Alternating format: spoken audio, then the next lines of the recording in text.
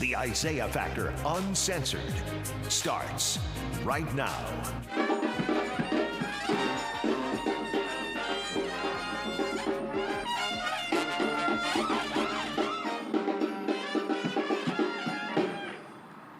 And welcome to the Factor Uncensored, this very special edition from the Fox lot. And we have the New Orleans Brass Band here with us for a very special reason. We are remembering Hurricane Katrina 20 years later, devastating to this country, where just under 1,400 people died and $125 billion in damages. But many people are still trying to recover from the devastation that we saw in Louisiana, particularly in New Orleans. It's where we met the LeBlanc family. They now call Houston home, and we have their journey from Louisiana to Texas. Let's take a look.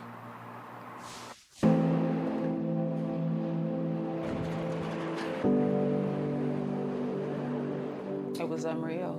It was unbelievable. It was a horror movie. It was like something from a horror film. It wasn't my city. It wasn't, you couldn't see the houses. It was like unreal. I could not believe that had actually happened. The help didn't come as soon as it should have came, and I feel like we could move and do better with helping people. I still don't get why we were left there for so long. The stories remain the same, and the heartbreak just as tough when it comes to victims remembering Hurricane Katrina. So guys, take us back to August 2005 in New Orleans, you guys. Any other month until it wasn't. I just started the 4th grade. That was like, a few more days before the storm. So I was just excited about the 4th grade. She finally let me get a perm. So that was like a big day for you. Yeah, that was a big day for me. So yeah. And it was, business as usual. We would go to work, come home, pick her up from school, do homework. My husband worked at the hospital, at Baptist Hospital, uptown in New Orleans. This picture, we were at the convention center. This bridge, if you could cross this bridge, you could have gotten to safety. For the first time ever, mom and daughter, Larice and Michael LeBlanc, are both talking about the day their lives changed forever. The day Katrina came to New Orleans 20 years ago. And then the weather reports began, Larice. Same old routine. Like, okay, yeah, another storm. Being from Louisiana, yes. A storm approaching is no big deal because most times there's nothing that's going to happen. And it always happens around my birthday. The year before, I believe it was Hurricane Ida. We were in the storm, so we always went to the hospital again, just because that was the normal routine. So, for shelter, just in case. Just in case, and my dad just had to work. They always required him to work during the storms. He did security for Baptist Hospital, so he had to be there at the hospital. That particular time, it was either go to work or get fired. So we had no idea the severity of the storm, so he went to work, and we wasn't expecting that to happen. And when you did hear the report, so did you go on life as usual, other than your husband being an essential worker having to go to work? Did you think, okay, something major is coming, or was it life as usual? Life as usual. We just went home. My husband was like, get ready, start packing, because they could call me at any time. This is not a test. This is the real deal. All along the Gulf Coast, people have been told to flee their homes. The hospital did call, and the LeBlancs found themselves in hell. Katrina was approaching, and they took shelter where Larice's husband, Michael, worked, Baptist Hospital. It hit for me when the hospital wasn't letting, if you weren't already at the hospital, people that were passing by, we weren't able to let them in the hospital. I always kind of questioned that because it was just like, people go to the hospital for help. Yeah. So if we can't even help the people that are coming to us for help, what's going to happen to us? We're already not having power. So it's just like a waiting game at that point. And it was just like an unknown thing, yeah. And you're 8 years old and you're witnessing all of this. Yeah. And just when the windows start to break in certain parts of the hospital, we had to move, and it was like we were moving from place to place to place in the hospital for safety because the windows were starting to break. So we had to get inside in the middle of the hospital and get away from anything that had windows for safety. So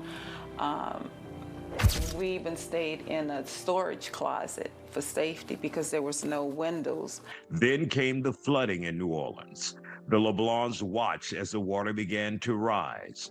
The idea of staying in the hospital soon faded. Cars are being covered, by water. The hospital did have a hospice floor, so they were able to get the hospice people out. And the guys that came in the fisherman boat, thank God for them, because they came and they were bringing people from the hospital to St. Charles. And I remember us being by Copeland's. Copeland's. Across the street was Rite Aid, but we were being dropped off at Copeland's, the restaurant? Copeland's, the restaurant. That was the spot. There was Copeland's, there was a church, and then there was a Rite Aid.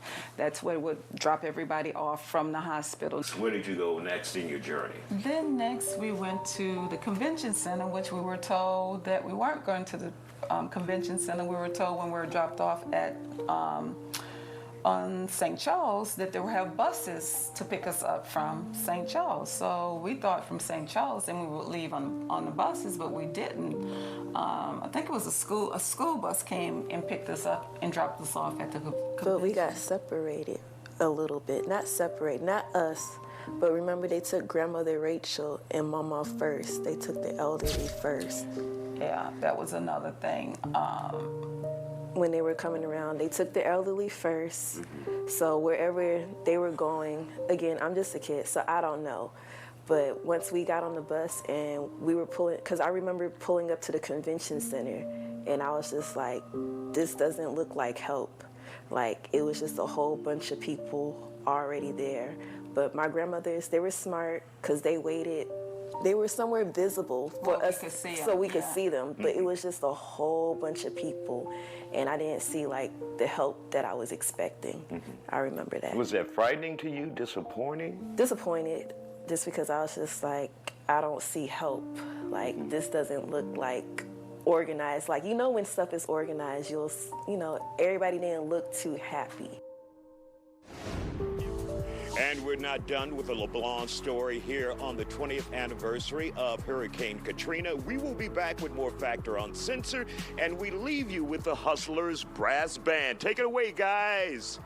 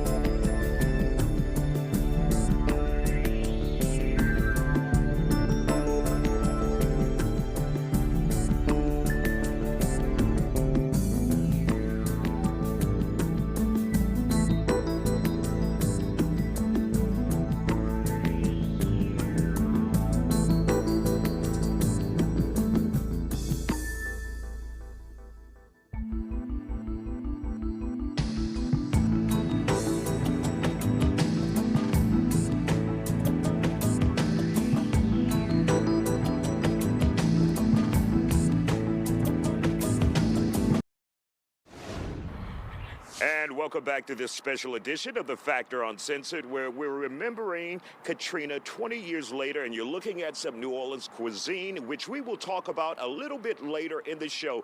But now we want to get back to the family that we've been highlighting here on The Factor, the LeBlancs, their journey from New Orleans to Texas. Walking into the convention center, what was that stay like? When we initially got to the convention center, it wasn't crowded, so we found a little spot, put down some blankets that we had in the back of our backpacks. That was okay. That was fine initially, but then it became more crowded and more crowded, and more people start to come. The bathrooms stopped working, so you could not use the restroom. You could not. The toilets wouldn't flush. The fecal matter may have been 2-3 inches high. It was just, urine, feces, so we found the spot outside. While sanitary conditions were definitely bad, Larice says all of the allegations of animalistic behavior and violence were absolutely false. There was a lot of rumors going around about people getting raped. That was not true. A lot of rumors going around about people getting killed. That was not true. That was a lot of rumors. When help, I don't know, I didn't feel like they came to help us because they had machine guns thrown on us. Why are you having machine guns that you use in a military war situation, drawing on people that you're coming to help? And when you say they, who are you referring to? I'm sorry, I'm talking about the military. Came in and they had members of the U.S. military there to help you guys, to help rescue you guys, but yet you were met with guns in your faces. Yes, with machine guns, drawn on us in our faces, and literally every time they passed by. Now, if they knew they were being filmed, then they wouldn't do it, but before the filming took place, they had guns. After leaving the convention center, the ladies say they were on their own, meaning all of the people of New Orleans who didn't evacuate before Katrina were now stuck in the city. Either my mother or my husband made this sign that we need help. It was all about survival, and the survivors had to accept any help in any form it came. You may remember scenes of looting in New Orleans during the storm. Well, Larice said those accused of being bad actors were also seen as heroes by those in need. Like the so-called thugs, those people were the ones that went in and got food and got water and gave to the elderly, made sure they were taken care of, made sure the ladies that had babies, made sure they went and got milk for them, made sure they started feeding people, so they weren't all bad. Yes, they did do something initially. Finally, an airlift arrived, and the LeBlancs were one step closer to escaping the nightmare. But that rescue came with a shocking reveal for the New Orleanian. And when we left, I didn't know how bad it was until we were in the helicopter and I could see. And when you, Larice, were in the helicopter, getting a bird's eye view of your city, what did you think then when you finally saw New Orleans from the sky? It was unreal. It was unbelievable. It was a horror movie. It was like something from a horror film. It wasn't my city. It wasn't, you couldn't see the houses. It was like unreal. I could not believe that had actually happened, and we didn't know the severity. And that story of survival is not over just yet as we talk about the LeBlancs leaving New Orleans and heading to Texas. We'll be back with more Factor Uncensored on this special edition, the 20th anniversary of Hurricane Katrina. Stay with us here on The Factor. This program is being brought to you by Jim Adler, the Texas Hammer.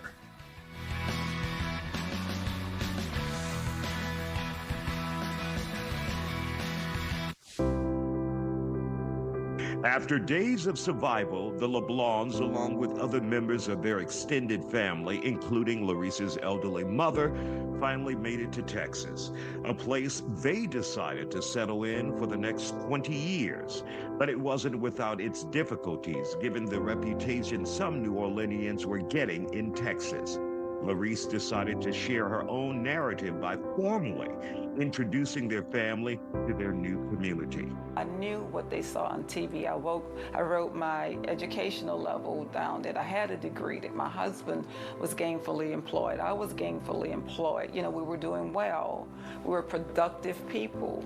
So I knew the stigma that was attached to the people that was coming here. So I wanted them to know who we were. Was it tough at all for you adjusting here, or at 8, this became your home, and this At is what 8, this became my home, and I think what helped is that I wasn't singled out. I wasn't the only person from New Orleans. So when we did counseling, at first, it was group counseling, so we could all know, you know, our friends from New Orleans.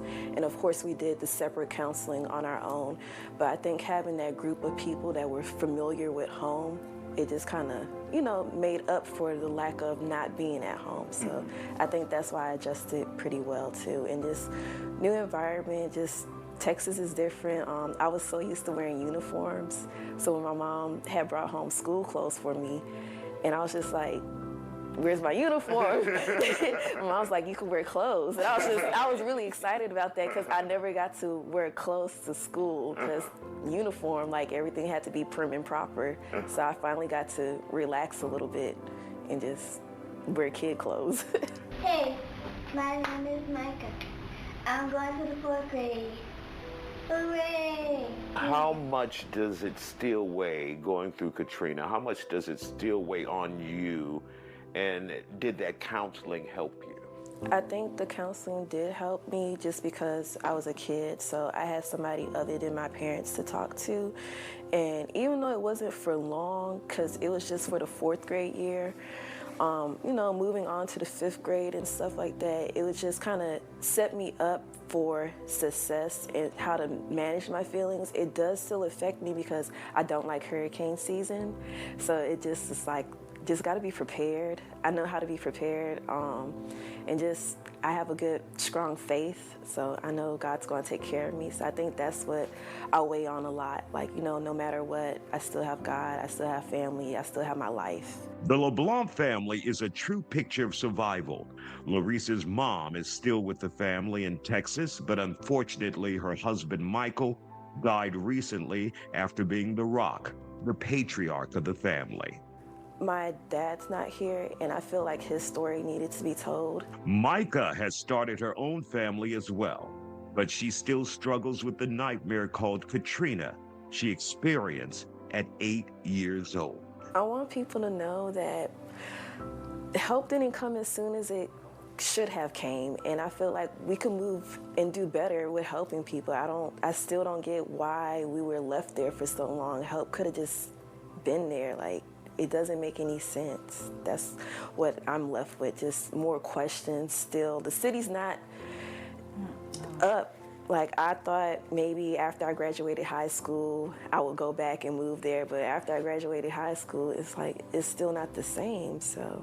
We still live with the scars of Katrina. Emotionally, some of us It's taken 20 years for me and my mom to talk about it together. Like, we never talked about it together. Wow, really? No, like, just because I got reached out is the only reason why we're talking about it. If we never got reached out to talk to you today, I don't know when we would have talked about it.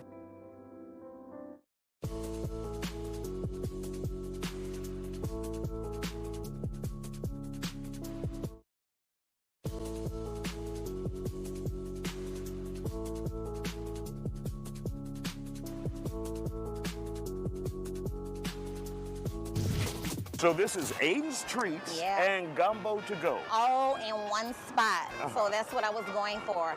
So we have over here the snowball stand, because it's Aiden's Treats, along with all the other things that we have on the menu. You would order up there, you would pick up there. If you wanted to hang out, you could. We're gonna add some more tables and chairs, bistro style out here. We have our fountain. You can throw your coin in, Gives make me a that wish. Garden District feeling. There you go, there you go. And then over here, we're gonna build out a play area for the kids. We're gonna fence it in so they're safe. This is a busy street. And then we'll add some artificial turf here so they can have a little play area if they want to stay and play and hang out for a while. And it has the New Orleans colors, the Mardi Gras field, Mardi Gras colors. Yes, yes. The Mad King got that together for me. Desire Street, Desire and Claymont, that's the intersection where I grew up at. Norika Chapman's excitement simply cannot be contained for her new business venture in North Houston, Eden's Treats and her anchor restaurant, Gumbo To Go. Now, this comes after a 20-year harrowing journey from her home state of Louisiana. Initially, I was not going to leave New Orleans because in New Orleans, there's always a hurricane and there's always the big one and nothing happens. It ends up being a vacation away from home and we go back and everything's fine. When Katrina came, during that time, I owned a nursing service and I had patients that I was responsible for. One of my patients, Miss Margaret, was left behind by her family, but she was someone that I saw daily. So I went to pick her up. I brought her over to my house. At the time, I had a townhouse. So my thinking was, if the water got bad, we would go on the second floor. I went to Sam's. I bought everything we needed. I bought things to grill food if I had to cook outside. I remember I bought some yellow roses. I love flowers. I bought yellow roses. And I had everything we needed to ride the storm out. My mom kept calling actually, because it wasn't the first call that moved me. And she said, this is gonna be bad. Y'all gotta get out of there. Bad simply wasn't enough to describe what was to come in August of 2005 in the Crescent City. We are facing a storm that most of us have feared. Katrina was more than just a hurricane. It was a life-altering event, and the clock was ticking for Norika as a single mother of 5 children. She had to get her family out. So eventually, after a few calls, I called my sister. I said, we gotta go. Mama is saying we gotta go. So we linked up together and we decided to ride to Baton Rouge initially. So we went to Baton Rouge, and first of all, it took hours and hours to get there. Even though it's an hour away from you guys in New Orleans. Traffic was gridlock. I think it took us like 8 hours, maybe 8 to 10. Got to Baton Rouge. Well, when we got to Baton Rouge, I didn't have a welcome mat from my aunt, one of my favorite aunts, because I had my patient with me. You know, she told me the patient was not my responsibility. She should be with her family. I had my kids and my dogs, and she was kind of rude to my patient, so I didn't stay there. Went over to a cousin. We didn't stay there long. Eventually, we came to Houston because I had a cousin, a long-distance cousin, that said we could come to Houston. So we got on the road, came to Houston. Get to Houston, the cousin is nowhere to be found. There, and then that's how we end up to this. That is a picture that made the front page of a newspaper. Norika and her family in their vehicle with a defeated and look of desperation.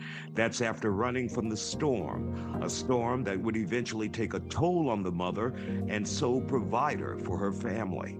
I had some money. I had contacted the father of my kids, my ex-husband. I said, look, I have $300. You know, it was really bill money. He was like, go ahead, spend it, I'm gonna give it back. Mind you, we still really thinking, even though we did all that everything is gonna be good. We're going back home in a few days and life will continue. So the money I had to refuel, of course, buy food, and I ended up finding a very cheap motel, not a hotel, a motel in Houston, somewhere on the south side. Got us a room, got us a place. Every day I'm watching the news. How many days are you in now? Maybe 3 total, because my money ran out. So when my money ran out, I went downstairs to the lady that owned, and I said, look, you know, I'm from New Orleans. I have these kids. You know, I have my patient. I don't have any more money. I was like, are you hiring? You know, can you give me a job? So she said, no, they weren't hiring. So I'm watching the TV, so I'm seeing that they're accepting people at the Astrodome. I make it to the Astrodome in my van, get to the Astrodome, and he's like, you can't come in. And I'm like, what? Why? You're not on the bus. We're only taking people that are on the bus from New Orleans. So I lost it.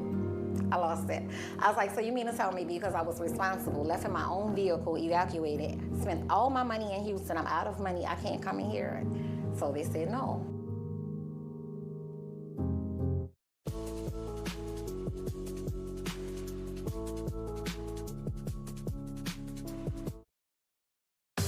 You're watching the Isaiah Factor Uncensored.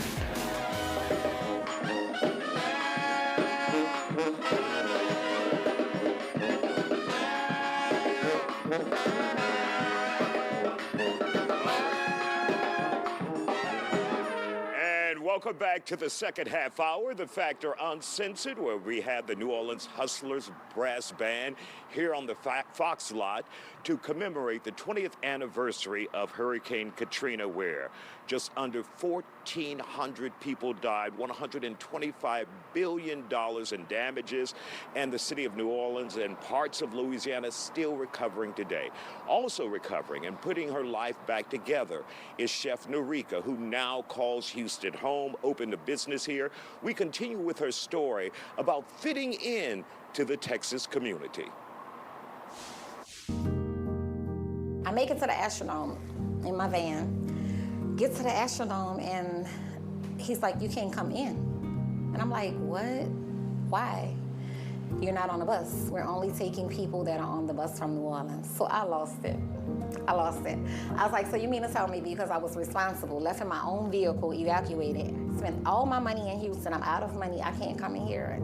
So they said no. They directed me to, and that was the moment they captured there. That was like one of my lowest moments in life. And I remember my oldest daughter saying, this is not a time for a story, my mama is crying. I didn't even know she knew that there were reporters all around us. Somebody else had came and was trying to give them stuff, but the way I raised my children is to not take anything. And I remember they said, we can't have that. And somebody from New Orleans, I heard her voice, I know she was from New Orleans. She said, it's all right, baby, y'all can take it. Your mama not gonna fuss.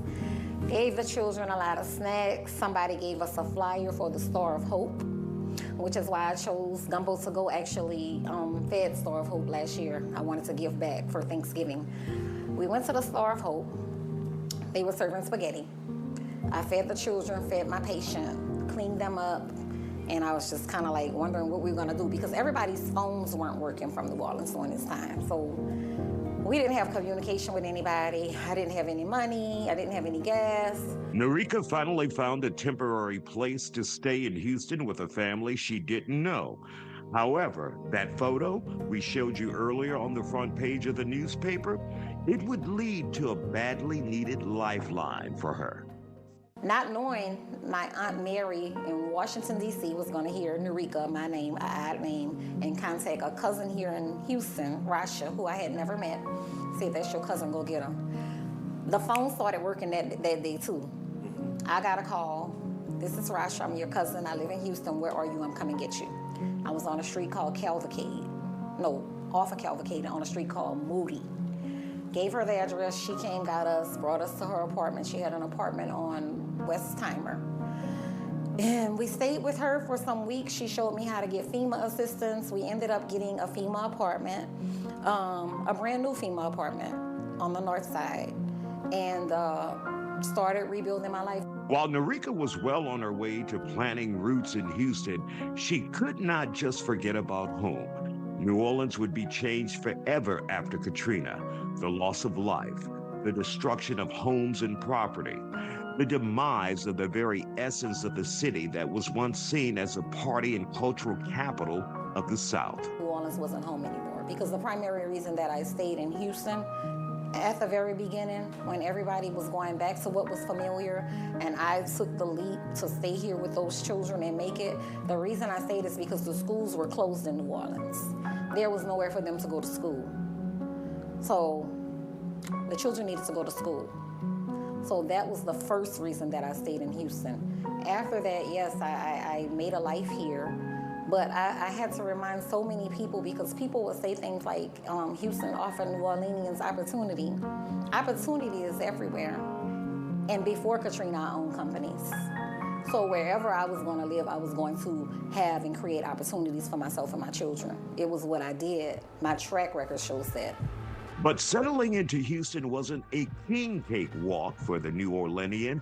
It was during a time when H-Town saw a spike in crime, and people went from opening their arms to the Louisiana evacuees to blaming them for a long list of problems. They're calling us refugees. I say, I'm not no refugee, I'm a United States citizen, Vietnam veteran.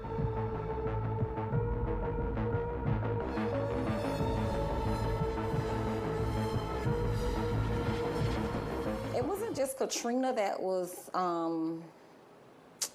trying. It was the way we were treated by some Houstonians. I remember the children came home. They had made up a song about them at school. you know, a song teasing and taunting them about living in a Superdome, which my children, thank God, never went through that part of it. And we never got into the Astrodome, as I just told you. But they made up cruise songs about children who had to live in the Superdome and the Astrodome and things like that. And it angered me, not because they made up the songs, but because I knew that them making up the songs was proof of what their parents were saying about New Orleanians. At this point in your life and being here in Houston, do you let most of that go, the animosity that you felt when you first got here, or do you keep it in your mind but still push on? I don't keep it forefront in my mind. I try not to harbor negative energy. It's something that happened, it's something that I experienced, but life goes on. I do have a lot of great Houston connections. I have a lot of great memories I've created over the last 20 years. I've overcame a lot. But through it all, I'm still here, I'm still thriving, still grateful, thankful, and still putting that positive energy forward. However, there's still that longing the chef has for home and family. She says Katrina has done irreparable harm that simply can't be repaired. The biggest thing that I would say that affected my family from Katrina is that it divided us. The mouths divided us in real life in real time. So we only see each other at funerals and weddings and things like that. In New Orleans, on Sundays, you would get together with family, most of the time go on the lakefront for crawfish, things like that. So for a long time, I did miss all those activities. But I mean, I'm blessed that my parents are still living. My dad went back and rebuilt their home, the home I grew up in, because he said Houston was way too big and it had too many interstates, and I guess it frightened him. My dad's from Mississippi. So he immediately, when the interstates opened and he was able to go back, went back and rebuilt their home. So my sister, I have a sister that's in Atlanta. That's where she evacuated to and stayed and built a life there. And then my baby sister and baby brother are in New Orleans. You know, they got to be close to my mom, so. You're in your next phase of life. You've started another business, food, even though you came from nursing. Now you've transitioned to food, and you've also created a business for your grandson who you love to death. Yes, I have. So Gumbo To Go, the former location in Acres Home, we closed that location May 31st. And now I am building out my own container for Gumbo To Go. I turned 50 this year, and I'm leaning more towards ownership. I don't want to lease spaces anymore, so I'm following my plan, and that's my plan. And that brings us back here, where we started. And what would New Orleans be without a streetcar? That's what I'm saying. So that vision came to life over here with the Gumbo To Go concept. It's going to be like a St. Charles Avenue streetcar. So we did this side with just Desire Street on the front. And then, you know, typically they do advertisements on the side of the streetcars. Yeah. So we advertised Nurika, Chef Nurika's Taste of New Orleans. And you're looking at that Cajun Creole cooking. The gumbo is cooking here on the Fox lot with Tweet's Kitchen. And we'll talk more about the 20th anniversary of Hurricane Katrina coming your way here on The Factor Uncensored. Don't go anywhere. And welcome back to The Factor Uncensored. We're celebrating 20 years after Katrina here on the Fox lot, and we have the Hustlers Brass Band from New Orleans here, and we have 504 Kilo, also from New Orleans. You came here after Katrina. Yes, sir. What was that experience like for you? Heartbreaking, scary. It's like if you lose a loved one, you know, if your father dies, something like that. So it was very, very, very, very traumatic for me.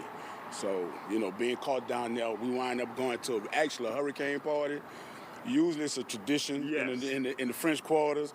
That was the stupidest thing I could have ever did. So went out there to the hurricane party, woke up, water on the ground, you know, and you had to get from the ninth ward to where shelter was and seeing all the... And was it difficult because of the flooding? Oh, yes. Some people had to get on jet skis. Actually, it was a boat floating, and we got in a boat, and we had to pedal all the way towards the Superdome. And an interesting fact is like 40% of the people who died as a result of Katrina died as a result of drowning, and many of those people elderly. How often do you get back to New Orleans? Do you miss your hometown? I miss it, but New Orleans ain't the same no more. It's not the New Orleans I grew up in, you know what I'm saying? It's like, the New Orleans I knew, late night, we never closed. A lot of restaurants stayed open. The party life is still party, but not like it used to be. You know, everybody, the vibe is not there. You know, I miss it, but when you go down there, you see how the change is. If you're used to certain things and it's not what you used to, it kind of like dampens it. So, you know, I come back to Houston, you know. I go down there, dip down, party, and then I come back. Right, right. And of course, you're going to have a major party here in the city of Houston this weekend for the 20th anniversary of Hurricane Katrina. When we come back, we're going to get more about that, some of the vendors, some of the great food you'll have, along with the New Orleans Hustlers Band, brass band that will be out there. And we'll be back with more Factor Uncensored with 504 Kilo when we come back. Stay with us here on the Factor Uncensored. And welcome back to the Factor Uncensored for the 20th anniversary of remembering Hurricane Katrina in New Orleans and, of course, Louisiana, the South devastated. But we're planning a major event this weekend to celebrate here in the city of Houston. We have Shonda Bell with Tweet's Kitchen here. You are an amazing cook. You have some great food. So when we talk about Louisiana cuisine, what makes it special? What makes people keep coming back for your gumbo, for your sweets here? It's the Cajun taste. Y'all, everybody is known for the New Orleans Cajun taste, and you know, we put our passion and heart, you know, that's what we cook with. So you're going to experience everything soon you get to taste my famous gumbo. Now, we'd like to see what's in that pot. If you can lift the lid for us and show us what's inside there and do a little stirring. And that's the dark-skinned roux. Yes. Yeah, we don't like the light-skinned roux, which means you know what you're doing, right? So a pot like that takes how long to cook? Oh my gosh, it takes up to like 4 to 6 hours because you have to really let it simmer, and you have to also let it cool down and collect all those type of flavors. So it takes a while, a long time. And of course, you'll be at the event this Saturday. Tell us a little bit about that. Okay, yes, Local Bar and Grill. Yes, I'm gonna be over there. We're gonna be having, let me put this up. And she's moving from the pot. You got the candy there, the pralines, as we say in Baton Rouge, pecan candy. Candy, the peanuts, pecan candies, and we're going to be New Orleans style. And the brownies with the poverines on there, and the famous gumbo from Tweet's Kitchen.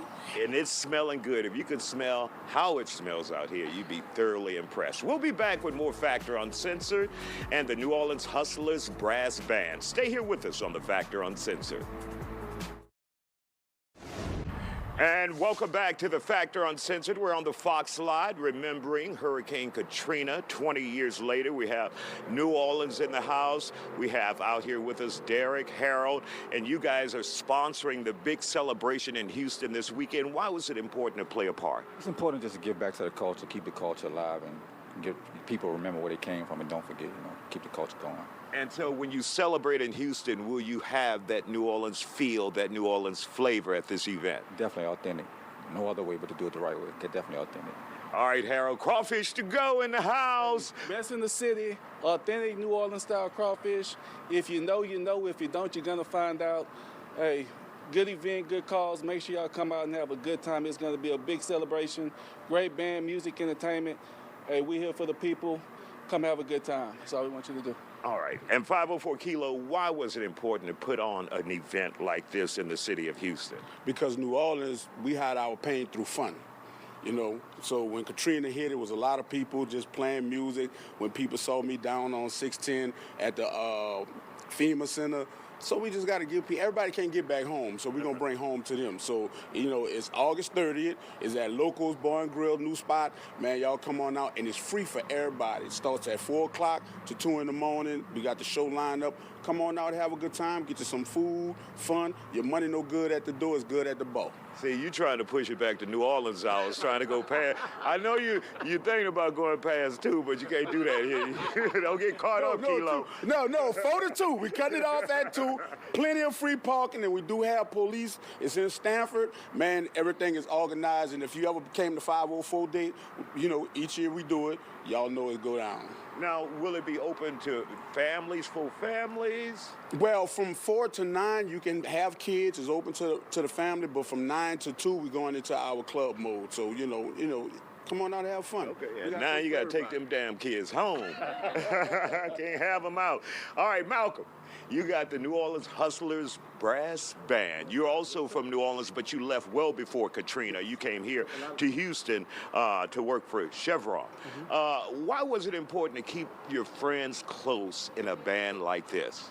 Well, a lot of the guys moved in different places, you know, after Hurricane Katrina. So a year after Hurricane Katrina, a lot of different guys came from different bands. We actually formed a band out here, and we've been doing it for 19 years now, still going. So try to bring the New Orleans flavor out here in Houston. How important is a brass band when you think about New Orleans? It's one of the main cultures, you know what I'm saying? Like, you know, Mardi Gras Indians, brass band, the food, all that's part of the New Orleans culture. And when you guys get together, what is that like? Also, on this special occasion, 20 years after Katrina. It's a beautiful thing, like I said, you know, come to see friends and stuff like that coming together, and you just celebrate how far we've came, you know what I'm saying, from that time on. Absolutely. And of course, it's New Orleans Hustlers Brass Band with Malcolm there. Before we go and leave you with the brass band, we want to remind you, you can get all of these segments, watch them again on the Isaiah Factor YouTube page. Check out the brand new Isaiah Factor YouTube page where you can catch many of the segments here on the Factor Uncensored. And of course, you can catch us on social media and on Fox Soul. And we'll leave you. You ready to take over, Malcolm? The New Orleans Hustlers Brass Band. Kick it away, guys.